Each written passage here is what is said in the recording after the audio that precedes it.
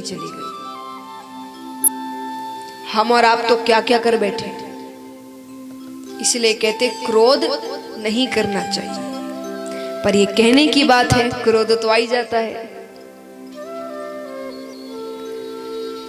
तो एक तरीका बताती हूं मैं आपको कि जब भी क्रोध आए तो ये कार्य करना, इससे कहते क्रोध चला जाता है।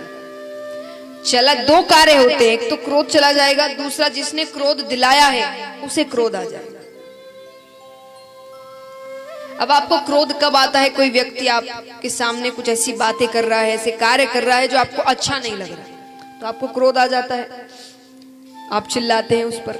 ये करने की बजाय कहना राधे राधे राधे राधे राधे। क्या कहोगे?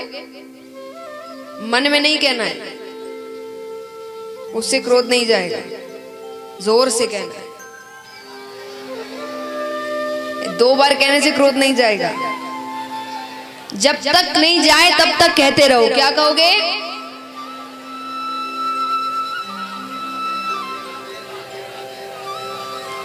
कितनी हंसी आ रही है, देखिए। अब एक बात बताइए, कहने में आपको इतनी हंसी आ रही है, अब जो व्यक्ति आपको क्रोध दिला रहा है उसका उद्देश्य आपको क्रोध दिलाना है। ऐसे मुस्कुराते हुए देखेगा तो उसे क्रोध नहीं आएगा कि इसे तो मेरी बात की फर्क ही नहीं पड़ रहा कैसा आदमी है ये। और आपको सिर्फ राधे राधे राधे राधे राधे राधे राधे राधे राधे राधे वो कहते रहो, तुम्हें जो कहना करके देखना। क्रोध तो ऐसे जाएगा, चेहरे पर मुस्कुराहट आएगी, और जिसने गलत किया उसको खुद को क्रोध आ जाएगा। तो महाराज इसीलिए कहते हैं राधे नाम सबका हल है। नाम में इतनी शक्ति है, सिर्फ क्रोध नहीं। क्रोधित हो, दुखी हो, चिंता में हो, हारे हुए हो, राधे नाम का उच्चारण करो। इस नाम में बहुत ताकत है। मन से, गुस्से में, आप गुस्से में और गुस्से में ही राधे राधे राधे कहोगे कि कहने को कह रहे हो, नाम पर भी क्रोध आ रहा है आपको। ऐसे नहीं कहना, मन से कि सच में मुझे उस क्रोध को दूर करना है। तब देखिए ये कितना असर करता है, विश्वास रखकर इस नाम पर। तो महाराज इसीलिए तो महादेव जी कहते ठीक है, मार नहीं सकता, बंदी तो बना सकता हूं, मैं इसे बंदी बनाकर रखूंगा। वेद व्यास जी कहते अहो भाग्य इसके, अरे वर्षों तपस्या करने के बाद किसी किसी को आपकी सिर्फ एक झलक प्राप्त होती है। इसने पता नहीं कितने पुण्य किए हैं कि जन्म लेते ही आपकी छत्र छाया में रहेगा।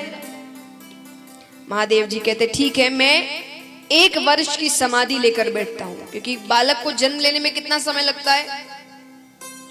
9 महीने। मैंने तुम्हें कुछ और महीने दिए, तुम भी अपने बालक के साथ रह लो, फिर 1 वर्ष बाद मैं इसे लेकर चला जाऊंगा। और मैं यही समाधि लेकर बैठ रहा हूं। वहीं महादेव जी समाधि लेकर बैठते हैं। अब गर्भ के अंदर वो शुक बालक बातें सुन रहा है। उसने कहा समाधि ली भी तो इतनी कंजूसी से, 1 वर्ष की। अरे 16 वर्ष की समाधि तो मैं गर्भ के अंदर लेकर बैठता हूं। शुभ बालक ने गर्भ के अंदर 16 वर्षों की समाधि। 1 वर्ष बाद महादेव जी उठते हैं, लाइए बालक। वेदव्यास जी कहते बाहर आना दूर, उसका आकार भी नहीं बढ़ा अभी तक। मेरी पत्नी को बहुत तकलीफ हो रही है। आप क्या पता आपके डर से वो बाहर नहीं आ रहा, आप उसे क्षमा कर दीजिए। जैसा मैंने कहा, ब्राह्मण देवताओं की बातें देवता सुनते हैं। महादेव जी ने कहा मैं आपके कारण उसे क्षमा कर रहा हूं, क्योंकि आप मुझसे कह रहे हैं ऐसा करने को। चले जाते हैं महादेव जी, फिर भी वो बाहर नहीं आता। 15.5 वर्षों तक वो शुक बालक गर्भ के अंदर रहता है। पर उसके बाद, क्योंकि अब विचार करिए, बालक 9 महीने रहे तो बहुत तकलीफें होती है, तो 15.5 वर्षों तक उनकी पत्नी को कितनी तकलीफ हो रही है। जब तकलीफ हद से ज्यादा बढ़ गई, जब भी एक भक्त को ऐसी जिसमें उसकी गलती नहीं है, उसके कारण उसे तकलीफ हो, या भक्ति करते करते अच्छे कार्य करते उसे तकलीफ हो, कहते उस समय हाहाकार मच जाता है। यानी ऐसा समय आता है कि देवताओं को भगवान के पास जाने पड़ता है कि अब आपको नीचे जाना पड़ेगा, उस भक्त को दर्शन देना होगा। ध्रुव जी के समय जब ध्रुव जी तपस्या कर रहे थे, तो उनकी तपस्या इतनी कठोर हो गई थी, वायुमंडल शून्य होने लग गया। तो देवताओं के पास जाना, देवताओं ने कहा अब और परीक्षा ना ले उसकी। उसकी परीक्षा के चक्कर में सब खत्म हो जाएंगे कि वायुमंडल शून्य हो गया। वो ऐसी कठोर तपस्या कर रहा है बच्चा, क्योंकि उन्होंने अपनी सांसें रोक ली थी। वो सांस नहीं ले तो कोई सांस ना ले, क्योंकि भक्ति करते करते मृत्यु हो जाए ऐसा हो नहीं सकता। तो अब यहां पर शुक बालक अंदर जब तकलीफ हद से ज्यादा बढ़ गई, तब भगवान नीचे आते हैं। भगवान शुक बालक से गर्भ के बाहर से बातें कर रहे हैं। भगवान कहते तुम बाहर आ जाओ, ये दुनिया बहुत सुंदर है, तुम यहां आओगे दुनिया की सुंदरता देखकर तुम सब कुछ भूल जाओगे। शुक बालक ने कहा इसीलिए तो नहीं आना, ये दुनिया इतनी सुंदर है कि यहां आके जीव आपको भूल जाता है, आपको मानना बंद कर देता है। कहते हैं ना, बच्चे जब छोटे होते बच्चों को भगवान का रूप क्यों बोला जाता है कि नींद में मुस्कुरा रहे हैं, तो कहते भगवान उन्हें दर्शन देते हैं, उनसे बातें करते हैं, इसलिए सिर्फ उनको भगवान का रूप माना जाता है उसी उम्र को, जब भगवान चुपचाप बालक सो रहे हैं और मुस्कुराने लग जाए। तो भगवान ने कहा, शुक बालक ने कहा कि जो हर वक्त आपका नाम ले, उसकी जगह बड़े होने के बाद, संसार देखने के बाद वो आपको भूल जाता है। ऐसे संसार में आकर क्या फायदा। भगवान ने कहा पर तुम अंदर नहीं रह सकते। तो बोले फिर आप अपनी मोह माया रोक दीजिए। भगवान कहते वो नहीं रुक सकती। तो बोले फिर मैं अंदर ही ठीक हूं। तब भगवान ने कहा कि ठीक है, मैं एक क्षण में जितना समय होता है, केवल एक क्षण, उसका भी 100वां हिस्सा, उतने समय के लिए मैं अपनी मोह माया रोक दूंगा। ठीक है। शुक बालक ने कहा मैं जब कहूं तभी रोकिएगा।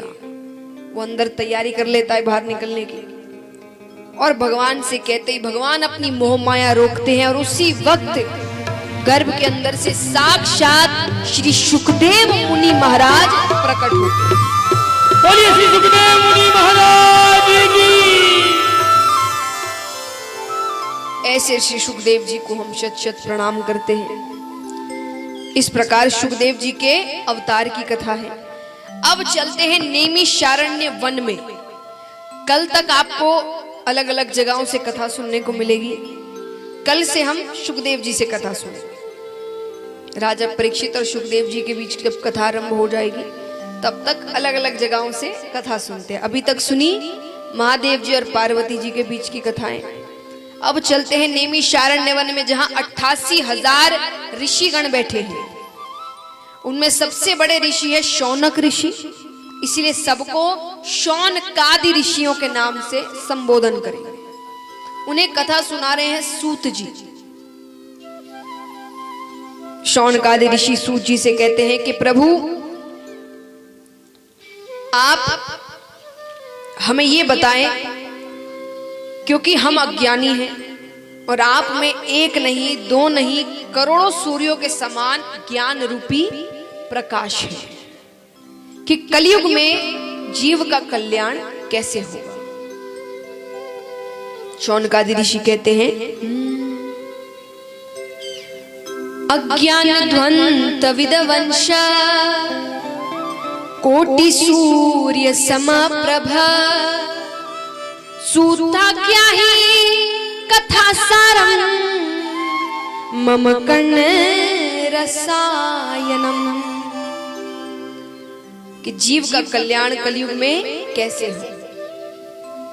सूत जी कहते हैं काल व्याल मुख ग्रास त्रास निर्णाश हेतवे श्रीमद् भागवतम शास्त्रम कलो किरेण भाषितम। अर्थात काल व्याल मुख ग्रास, काल सबको अपना भोजन बनाते हुए आ रहा है।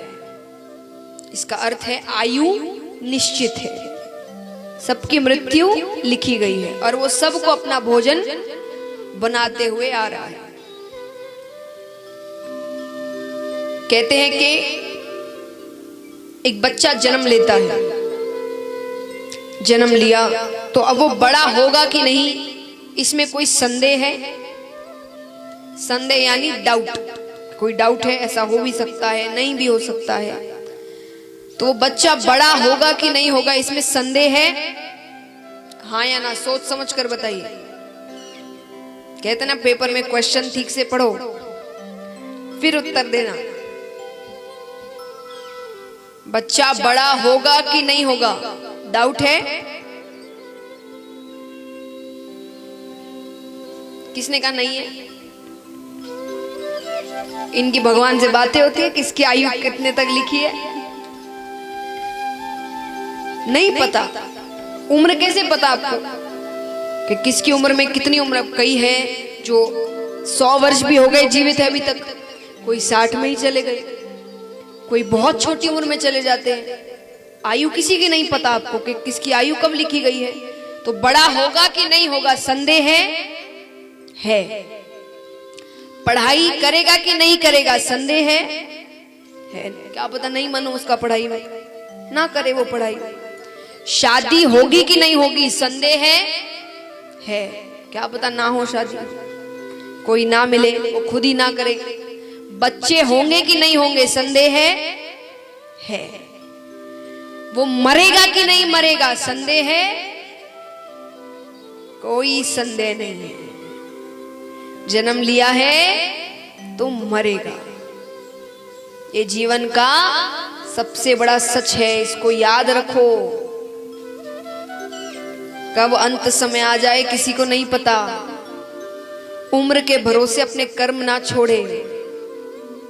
कईयों को मैंने सुना है कथा में आने के लिए कहा जाता है कि मान लीजिए कई युवा हैं, ज्यादा उम्र नहीं हुई है कि कथा में आने, कोई कहे आप कथा में चल रहे, हमारी उम्र है कथा में आने, आपके उम्र के हो जाएंगे ना तब आएंगे। पक्का है उस उम्र के हो गए? नहीं हुए तो दान करना, पुण्य करना सब हमने उम्र पर छोड़ा है। जब अभी तो मौज मस्ती की उम्र है। मान लीजिए यही करते करते भगवान ने ऊपर बुला लिया, फिर भगवान के सामने खड़े होकर भगवान पूछेंगे क्या क्या अच्छे कार्य किए, आप क्या कहोगे? आपने करने ही नहीं दिए।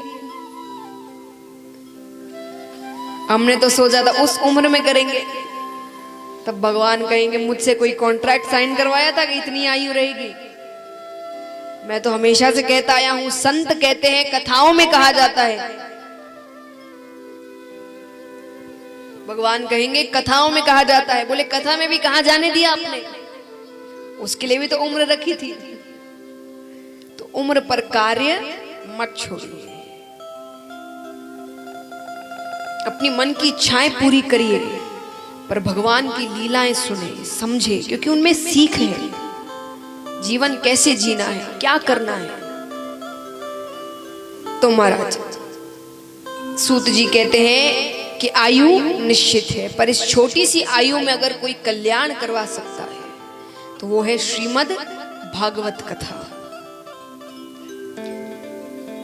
अब महाराज सूत जी कहते हैं कि जब सुखदेव जी कथा सुनाना आरंभ कर रहे थे तब स्वर्ग लोक से देवता आते हैं हाथ में अमृत कलश लेकर, और आकर कहते हैं कि आप ये अमृत राजा परीक्षित को पिला दीजिए, इससे तक्षक के डसने पर भी उसकी मृत्यु नहीं होगी। लेकिन ये अमृत रूपी श्रीमद् भागवत कथा आप हम देवताओं को स्वर्ग में सुनाइए।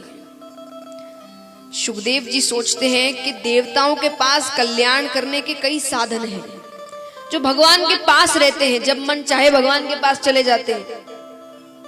उनके पास कल्याण करवाने के कितने साधन हैं, पर कलयुग में एक ही साधन है। कलयुग का जीव और कोई साधन कर नहीं सकता। तो सुखदेव जी ने कहा कि कहां ये कोहिनूर रूपी हीरा श्रीमद् भागवत और कहां ये कांच रूपी टुकड़ा अमृत कलश, ले जाइए। अमृत को वापस कर दिया। ब्रह्मा जी को बात थोड़ी, तो ब्रह्मा जी ने परीक्षा ली। कैसी परीक्षा? एक पलड़े पर श्रीमद् भागवत को रखा, एक पलड़े पर जितने ग्रंथ, जितने पुराण, जितने वेद, जितने उपनिषद सबको रखा गया। फिर भी श्रीमद् भागवत का पलड़ा भारी था। बोलिए श्रीमद् भागवत महापुराण की। तो महाराज इस प्रकार कहा जाता है कि अगर कलयुग में कोई कल्याण कर सकता है तो वो है ये कथा। अगर इसे जीवन में उतारो तब, सिर्फ सुन के घर जाने से कुछ नहीं होता। घर जाकर भूल गए, अपने कार्य में लग गए, उससे कुछ नहीं होगा। कहते ना कई जीव तो यहाँ कथा में बैठे बैठे कह रहे अब क्रोध नहीं करेंगे, क्रोध करना गलत बात है। पंडाल से बाहर निकल गए फोन पर चिल्ला रहे हैं। तो इससे कल्याण नहीं होगा, उसे अपने जीवन में उतारो। और सबसे आसान तरीका बताती हूं। आप सोचेंगे इतनी बातें जीवन में उतार सकता है कोई मनुष्य? ये कथाएं आप कई बार सुनते हैं, कभी टीवी पर, कभी जब जब सुने तब तक सिर्फ एक बात जो आपको अच्छी लगे, लेकिन अच्छी बात। ऐसा